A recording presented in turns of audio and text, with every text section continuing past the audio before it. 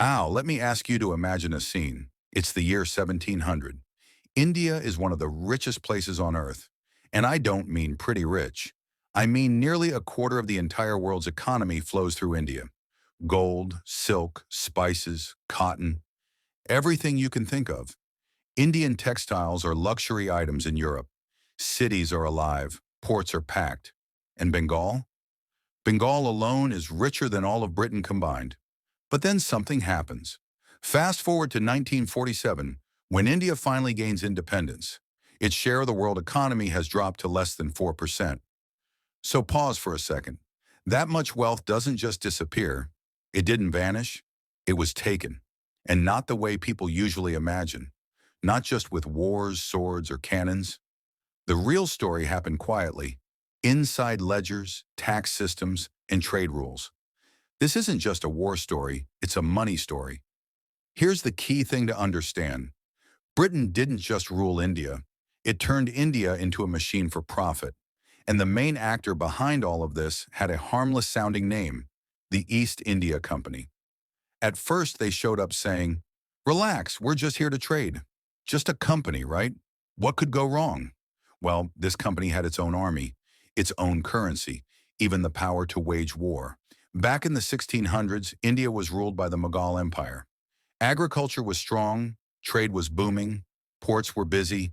India ran trade surpluses with almost everyone. Gold and silver flowed into the country, not out. But the British realized something important. The real money isn't in trade, it's in taxation. And that brings us to the turning point, the Battle of Plassey in 1757. Militarily, it was a small battle. Historically, it changed the world.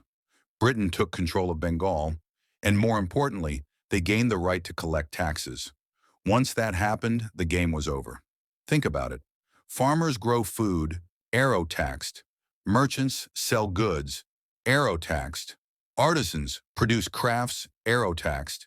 And where did most of that money go? Not to India. It went straight to London. This is where the story turns dark. In 1770, Bengal was hit by a devastating famine. Around 10 million people died, but the company's profits didn't fall. They kept collecting taxes. They kept exporting grain. While people starved, the balance sheets looked healthy. That's when you realize something chilling. This system had no mercy, only math. Meanwhile, Britain kept saying, "We're modernizing India." Railways, law, education. But look closer. Railways weren't built to connect Indians to each other. They were built to move cotton from fields to ports, then to Britain. Schools weren't meant to empower people. They trained clerks for colonial offices. Courts weren't about justice. They were about enforcing debt. Even the railways themselves were a scam. British investors were guaranteed a 5% return, backed by Indian taxes. If the railways failed, Indians paid the difference. The risk was Indian. The profit was British. Later, this system got a name, the drain of wealth, a silent river of money flowing from India to Britain. Historians estimate that between 1765 and 1938, Britain extracted the modern equivalent of $45 trillion from India.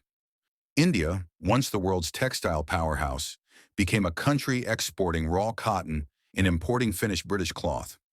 Cities like Dhaka collapsed. Artisans were wiped out.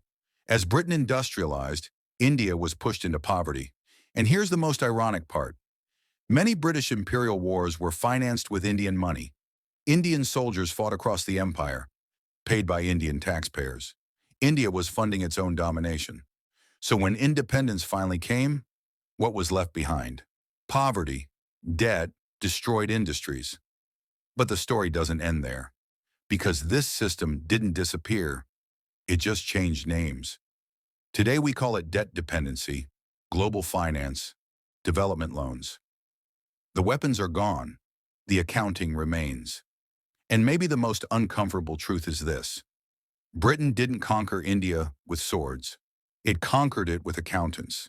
And the ledger they opened back then, it still hasn't fully closed.